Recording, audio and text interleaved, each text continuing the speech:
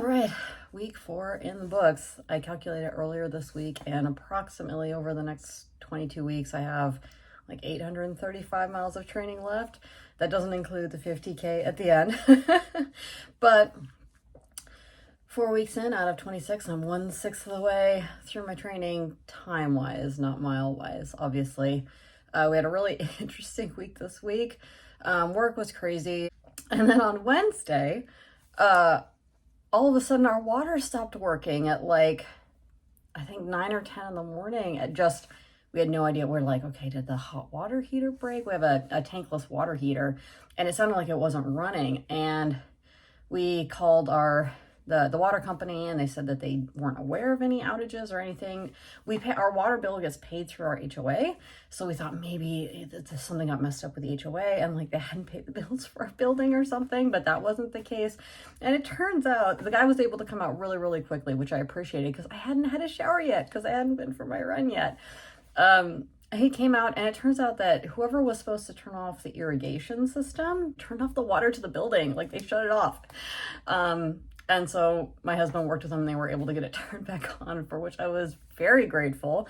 It's still been pretty cold out, but next week is Thanksgiving week, and I already looked at Thanksgiving. I have a turkey trot. I do the turkey trot every year. I think it's really fun. And it's not supposed to rain, and it is supposed to be above freezing. So fingers crossed, that sounds good.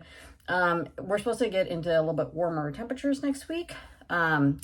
A little bit of rain maybe on Tuesday and Wednesday, which are not my super long run days, so that's fine. And honestly, running in the rain it's not my favorite, but as long as I'm not doing it for like 2 hours, it's not too bad. So I have to say, it's really funny, like the difference. Anything after 10 miles for me at this point. Up to 10 miles feels like really like not that difficult. And I gotta think it's something about that 90-minute mark where you run out of your glycogen store. So even though I fueled, here's my two, that's gonna be, oh well. I fueled with these, and no stomach cramps, worked out really well. And I felt like it gave me my energy for the most part. I think that fueling at longer distances is going to be a little bit more. I'm going to need to do a lot of experimentation, because it's funny, for even up to like a 10-mile run, I don't really feel like I need any fuel generally, or maybe just like a little bit. But just adding that additional 3 miles, today was 13. It's crazy to me that I feel like I need more. Like, my legs are like exponentially more tired for those last 3 miles. And especially like that last mile, I could just feel it in my glutes and in my quads and my hamstrings. Like, they were ready to be done today. To be fair, this is also the tail end of Shark Week, and Shark Week for me is just historically not a great fitness week. I don't have to completely stop working out like I know a lot of women do, and I'm sorry if you're in that category. It really sucks. I have been in that category before. I'm just not now. In fact, I may do a video at some point about kind of my journey through the whole feminine cycle and what I've learned and the craziness that I used to go through. I had a crazy kettlebell workout on Tuesday. I love my kettlebell instructor. She loves kettlebell. Like, that's her fitness thing is kettlebell. I think she does it probably most days during the week. My legs were they just ached that night and for the next couple of days. So, like, not just like the general soreness, but like I went to go to sleep and my legs hurt so bad I couldn't sleep. So I need to remember, like, there are certain times where it may behoove me to take like a half dose of ibuprofen before bed so that I can actually sleep. I do take magnesium.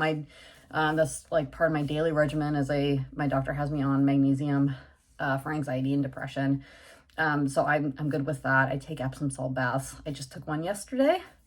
Yesterday was a doozy of a day for self-care because I had a massage too, which was really, really, like, I needed the massage both mentally and physically after the week that I had. And then unfortunately, because it was so cold yesterday and my massage was kind of earlier in the day, I had to do my run after my massage. And there was part of me that's like, oh my gosh, am I just undoing all the hard work of my poor masseuse? And it's like, they don't care, right? Your masseuse doesn't care. Like, do what you're going to do. They're not going to see you again for a month anyway.